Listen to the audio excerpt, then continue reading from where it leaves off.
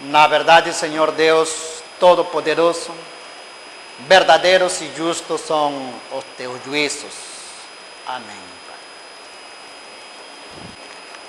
Caminho para Emaús. Nesta passagem, o Senhor Jesus fala muito perto de nosso coração. O Senhor Jesus fala muito perto para as coisas muitas vezes imediatas e naturais, às quais nós nos apegamos. Muitas vezes não temos a capacidade de olhar para as coisas do céu, aqui na terra, através da lente das correspondências. Quando o homem não tem essa capacidade, começa a descrever tudo o que acontece aqui neste mundo pelo prisma natural. E somente olhando para o natural, muitas vezes, todas as coisas continuam sendo as mesmas, que nos traem um certo tipo de cansaço, nos traem tristezas. E o que é pior, quando olhamos somente para as coisas naturais, nos distanciamos da igreja. Como aqueles homens, 2 homens que tiveram a experiência de ouvir, de olhar para o próprio Senhor Jesus, né? Essa experiência única, né? Quantos de nós quiser estar diante do Senhor, mas esses homens ouviram ao Senhor Jesus, mas o olhar deles somente era natural. E esse natural, ainda que estejam diante do Senhor Jesus, disse o homem, não tem a capacidade de reconhecer que está diante do Senhor. Porque quando enxerga para o Senhor Jesus, simplesmente olha como alguém natural, que está segundo nossos olhos, segundo o nosso entendimento, que esse homem, Jesus, deveria resolver todas as coisas em nós, naturais. Então esse tipo de olhar, né, como que nos leva para Emaús, nos afasta da luz. Entendimento natural, meramente, nos afasta da luz, nos conduz para Emaús. E o Senhor, com toda a sua misericórdia, sempre está escutando. E como diz o livro Divina Providência, por 1000 modos, nos conduzindo para a sua palavra. Porque é o entendimento da palavra que abre a mente espiritual e você começa não somente a entender, mas também a sentir. O coração começa a se aquecer. E você sabe nesse momento que o lugar que está ocupando um estado espiritual, Emaús é um estado espiritual. Emaús é um estado em que se afasta da luz, se afasta da verdade. E o Senhor tem, digamos assim, para instaurar a igreja verdadeiramente em cada um de nós, nós precisamos estar em Jerusalém. E o Senhor nos traz de volta, mas não é no constrangimento, é através do entendimento, é através de uma compreensão que você mesmo vai alcançar. O Senhor não disse que tem que voltar para Jerusalém, mas Ele abre as Sagradas Escrituras e passa pelos livros de Moisés, pelos livros dos profetas, pelo livro dos Salmos. E através desse entendimento, eles, digamos assim, alcançam a entender, né, espiritualmente o que significa a palavra do Senhor Jesus. Porventura, não convinha que o Cristo padecesse essas coisas e entrasse na sua glória. Porventura, não convinha que o Cristo padecesse essas coisas e entrasse na sua glória. Né? Qual é o nosso entendimento sobre esta passagem do número 24 de Lucas, verso 26? É uma defesa. É uma defesa como um pai de família faz para suas crianças. Muitas vezes o pai de família, ele passa muitas experiências amargas, mas é bom, porque os filhos vão estar protegidos. Porque o pai de família, muitas vezes, ele conseguiu voltar, mas pode ser que o filho não consiga. E quando se trata da nossa salvação, quando se trata da nossa regeneração, o Senhor disse que convinha que Ele passasse por tudo aquilo. Porque se nós passávamos por nossas próprias forças, por nossas próprias, digamos assim, nossas próprias decisões, íamos perder. Por isso convinha que Ele passasse, para que preparasse o caminho da liberdade para cada um de nós. O homem, sendo verdadeiramente livre, ele alcança a salvação. Salvação não se alcança sem liberdade. Uma liberdade que precisa de um esclarecimento nas coisas que são da igreja. Então, quando você olha para o céu e olha para a igreja, as coisas que estão no céu, elas existem na igreja através de uma correspondência. A pessoa que não entende que coisas são as correspondências, porque a correspondência é isso mesmo, correspondência, que corresponde. É como um número que eu tenho no meu telefone, que corresponde para certa pessoa, e eu vou falar com certa pessoa através desse número. É assim, as coisas da igreja, elas correspondem exatamente cada coisa, cada degrau, né? Cada altar. As coisas que estão no santuário, elas correspondem às coisas exatas no céu. A criação animal, vegetal, tudo que elas correspondem, por isso que elas existem. Elas não são criadas do nada. Elas, antes de existir aqui na terra, elas existem no céu. Então, quando o homem começa a ver que é um ser realmente espiritual, ele já não se ilude com as coisas do mundo, porque as coisas do mundo soma, multiplica, divide e só traz tristeza. No final é só tristeza, ainda fica devendo. Mas olhar as coisas no mundo pelo prisma espiritual, ela só vai te trazer alegria e você sempre vai estar protegida. Por quê? Porque o Senhor disse, convinha, né? Ou seja, coisas que nós não precisamos mais passar, sofrimentos que nós não precisamos mais sofrer, né? Simplesmente obedecer o que o Senhor disse na sua palavra. E disse, convinha que o Cristo padecesse essas coisas e entrasse na sua glória. És o humano do Senhor unido ao divino.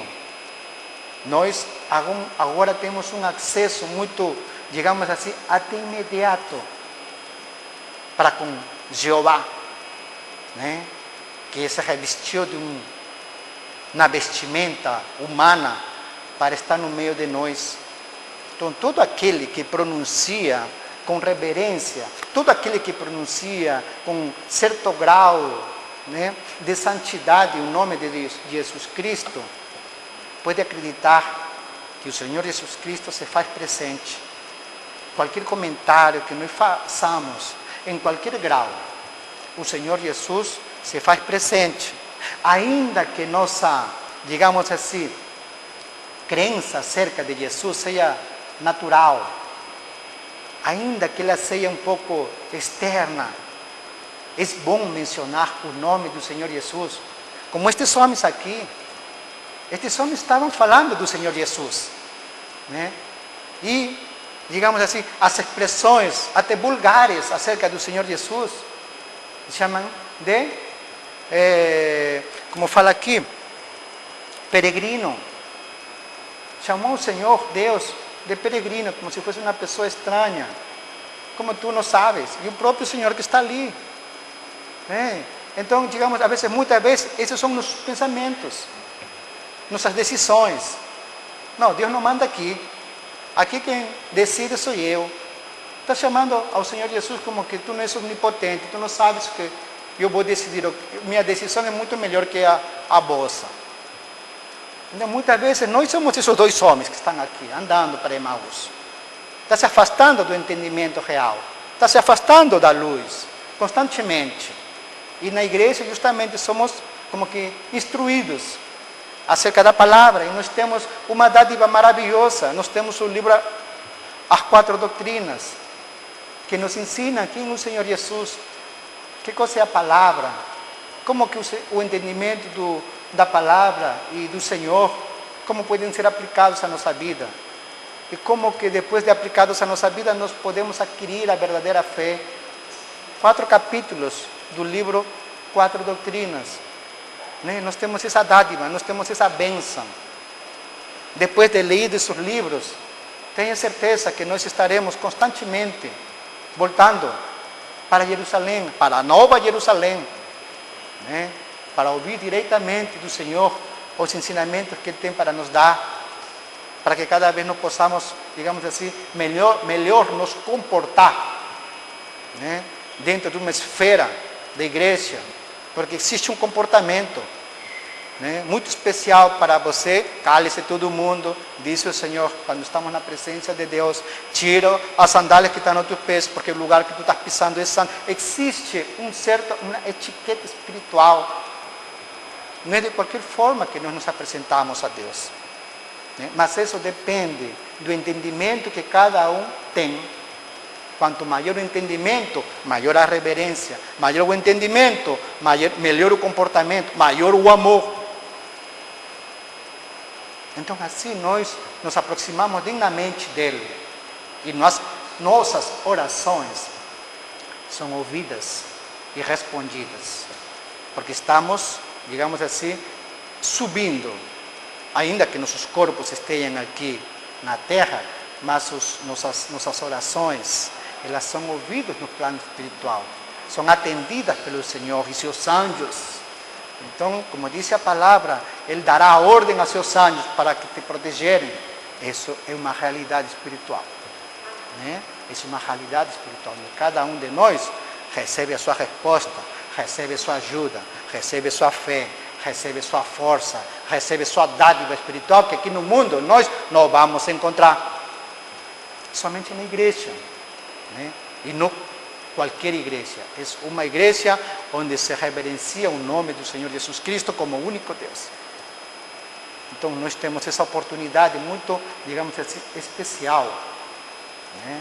Então, quando nós estamos, digamos assim, nessa entrega, nós mudamos, né, toda a nossa atitude, né? O diálogo com Deus já não é mais de tristeza, né? O diálogo com o Senhor Jesus é de tristeza quando estamos no domingo, mas estamos pensando na sexta. Quando o Senhor for glorificado, mas estamos pensando na cruz. Essa é a chamada de atenção, né? É para pensar que você está no domingo. Chegou na segunda, continue no domingo. Porque nesse dia o Senhor se glorificou. Não pense na sexta. Se pensa na sexta da cruz, nós pensávamos que Ele ia redimir Israel. E nós pensamos que Ele... A fé enfraquece quando pensamos em sexta. Mas quando pensamos em domingo, nós vamos avante junto com Ele, né? Ele nos traz de volta quando nós pensamos no domingo. Olhamos para Ele como Ele glorificado, não somente o crucificado, é o glorificado, né? Então nós mudamos a nossa atitude, né, através do entendimento.